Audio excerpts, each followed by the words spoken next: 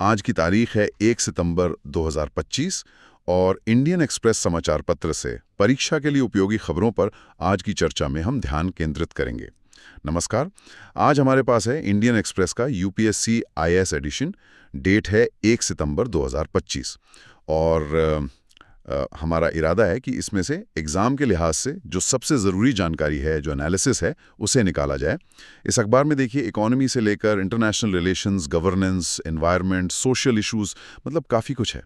तो चलिए सीधे शुरू करते हैं और देखते हैं आज की हेडलाइंस क्या कहती हैं और उनके पीछे क्या है।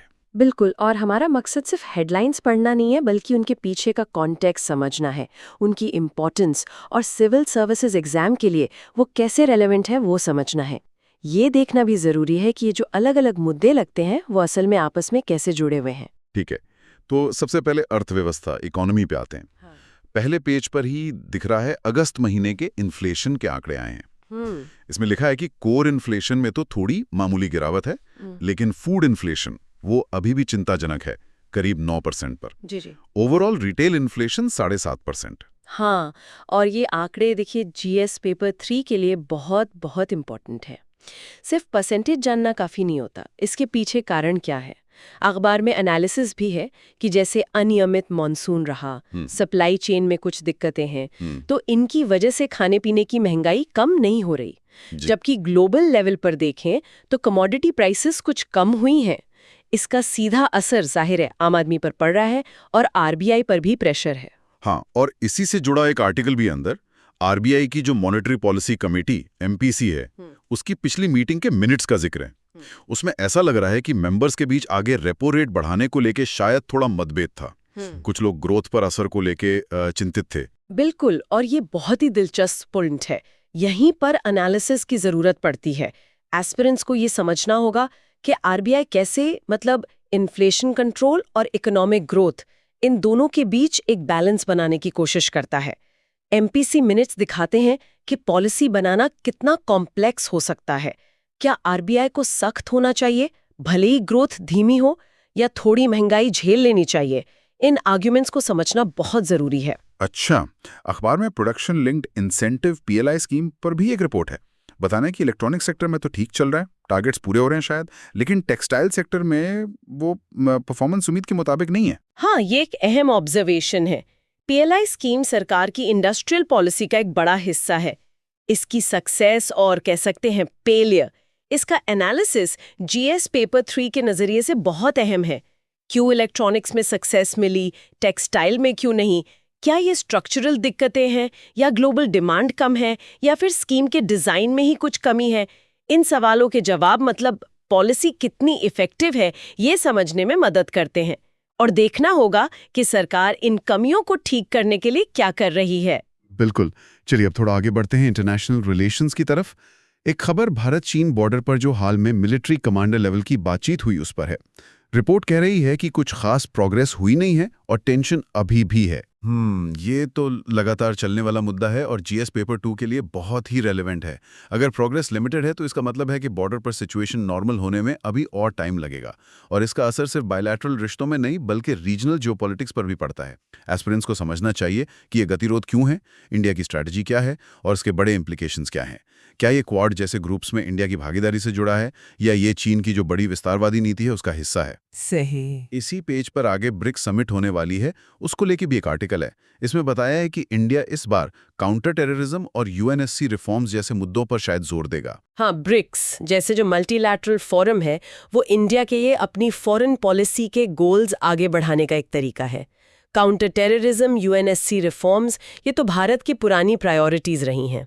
यहाँ देखने वाली बात ये होगी कि ब्रिक्स के जो दूसरे मेंबर हैं, खासकर चीन और रूस, वो इन मुद्दों पर इंडिया का कितना साथ देते हैं। ये फोरम इंडिया को डेवलपिंग कंट्रीज के साथ अपने रिश्ते मजबूत करने का मौका भी देता है।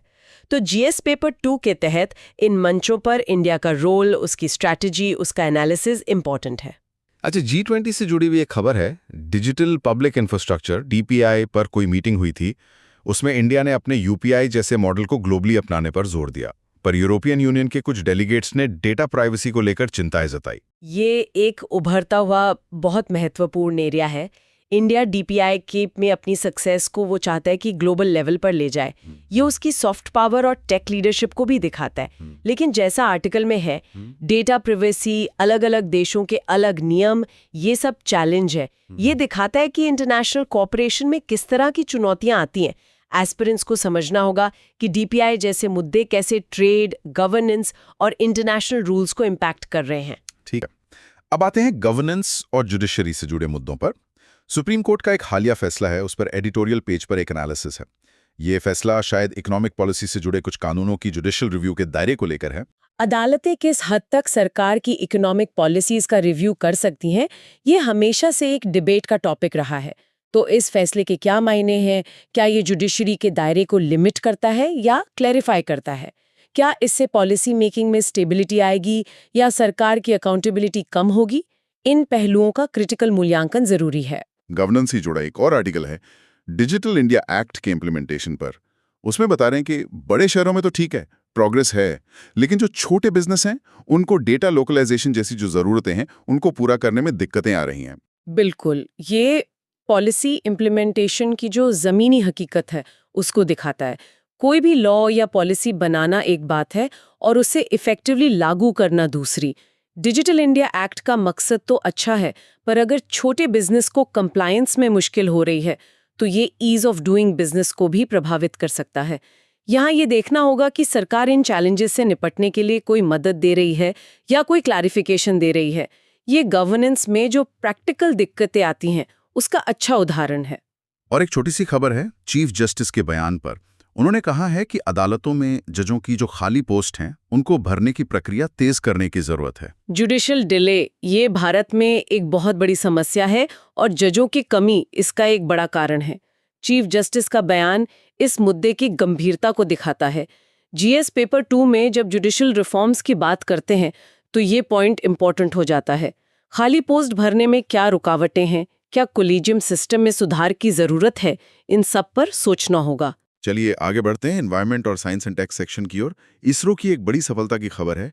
उन्होंने फ्यूचर लॉन्च व्हीकल्स के लिए एक नया सेमी क्रायोजेनिक इंजन सफलतापूर्वक टेस्ट किया है। वाह! हाँ, ये तो भारत के स्पेस प्रोग्राम के लिए एक बहुत बड़ा माइलस्टोन है। जीएस पेपर 3 में साइंस एंड टेक अचीवमेंट्स के तहत ये बहुत रेलेवेंट है। सेमी क्रायोजेनिक इंजन ज़्यादा पावरफुल होते हैं और एनवायरमेंट फ्रेंडली भी। इससे न सिर्फ इसरो की लॉन्च कैपेबिलिटी बढ़ेगी बल्कि कॉस्ट भी कम हो सकती है। ये आत्मनिर्भर भारत का भी एक बहुत अच्छा उदाहरण है। लेकिन पर्यावरण से जुड़ी एक चिंता वाली रिपोर्ट भी है। इसमें मॉनसून रेनफॉल पैटर्न में जो रीजनल डिस्पैरिटीज हैं उनका जिक्र है। कहीं बाढ़ है तो कहीं सूखा, जिसका खरीफ फसलों पर बुरा असर पड़ रहा है। ये क्लाइमेट चेंज के जो बढ़ते प्रभाव है उसका साफ संकेत है। अनियमित मॉनसून पैटर्न भारतीय एग्रीकल्चर के लिए, जो काफी हद तक मॉनसून पर डिपेंडेंट है, एक बहुत बड़ी चुनौती है। जीएस पेपर 3 में एनवायरनमेंट और डिजास्टर मैनेजमेंट दोनों के तहत ये मुद्दा महत्वपूर्ण है। इसके सोशियो इकोनॉमिक प्रभाव क्या हैं, किसानों की इनकम पर, फूड सिक्योरिटी पर क्या असर होगा, सरकार की जो एडेप्टेशन और मिटिगेशन स्ट्रैटेजीज हैं वो कितनी इफेक्टिव हैं, इन सवालों पर सोचना जरूरी है। अच्छा, और इसी से जुड़ी एक और खबर है। सरकार ने कोई कमेटी बनाई थी, उसने सिंगल यूज प्लास्टिक के विकल्पों पर अपनी सिफारिशें दी हैं, लेकिन साथ ही ये भी कहा है कि इनको लागू करने में प्रैक्टिकल दिक्कतें हैं, जैसे कॉस्ट और अवेलेबिलिटी। हाँ, ये फिर से वही बात आ गई, डेवलपमेंट और एनवायरनमेंट प्रोटेक्शन के बीच बैलेंस बनाने की चुनौती। सिंगल यूज प्लास्टिक पर बैन लगाना एक ज़रूरी कदम है, लेकिन जब तक वायबल और सस्ते ऑल्टरनेटिव्स आसानी से मिलेंगे नहीं, तब तक इसका पूरी तरह पालन मुश्किल है। ये दिखाता है कि पॉलिसी मेकिंग में स्टेक होल्डर्स से कंसल्ट करना और फेज्ड इम्प्लीमेंटेशन करना कितना ज़रूरी है। चलिए अब आखिरी सेक्शन पर आते हैं, सोशल इश्यूज पर। नेशनल हेल्थ अथॉरिटी के कुछ आंकड़े हैं, उस पर एक लेख है। कह रहे हैं कि आयुष्मान भारत योजना के तहत इलाज कराने वालों की संख्या तो बड़ी है, लेकिन लोगों को अभी भी अपनी जेब से काफी पैसा खर्च करना पड़ रहा है। मतलब आउट ऑफ पॉकेट एक्सपेंडिचर अभी भी ज्यादा है। हाँ, ये जीएस पेपर 2 में हेल्थ सेक्टर से जुड़ा एक इम्पॉर्टेंट ऑब्जर्वेशन है। योजना की पहुंच बढ़ना तो अच्छी बात है, लेकिन आउट ऑफ पॉकेट खर्च का बने रहना चिंता की बात है, क्योंकि इससे हेल्थ केयर गरीबों के लिए महंगा बना रहता है। एनालिसिस ये होना चाहिए कि ऐसा क्यों हो रहा है।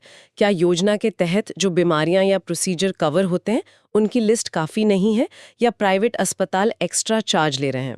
इन कारणों को समझना और फिर पॉलिसी इंटरवेंशन करना ज़रूरी है। एक और लेख है रूरल यूथ के लिए जो स्किलिंग इनिशिएटिव्स चल रहे हैं उन पर।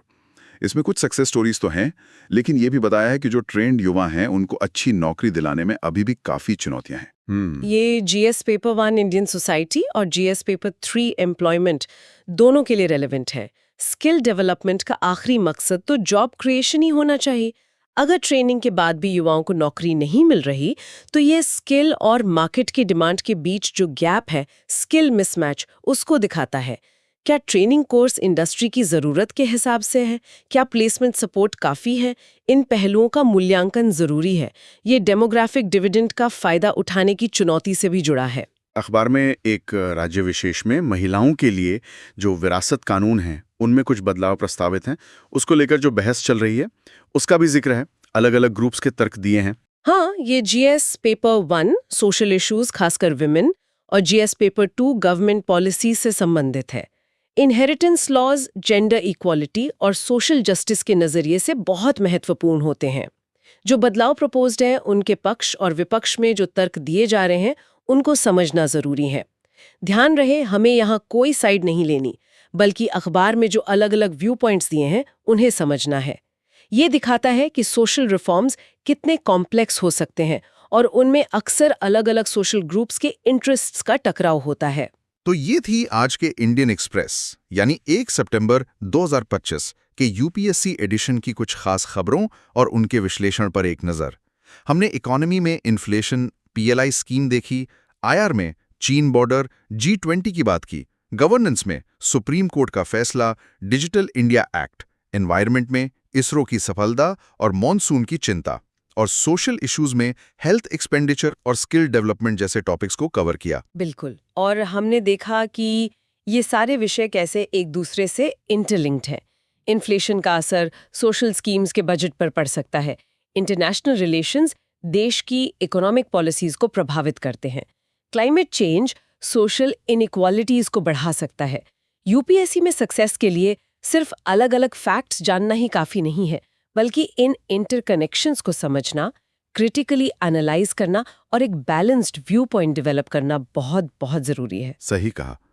तो आज की चर्चा से एक जो मुख्य बात निकलती है वो ये है कि अखबार पढ़ते समय हर खबर को सिलेबस से जोड़ना, उसके अलग अलग dimensions, social, economic, political, ethical, उन पर सोचना, और सिर्फ क्या हुआ ये जानने के बजाय क्यों हुआ और इसका क्या असर पड़ेगा, इस पर फोकस करना बेहद जरूरी है। और आखिर में सोचने के लिए एक सवाल छूट जाते हैं।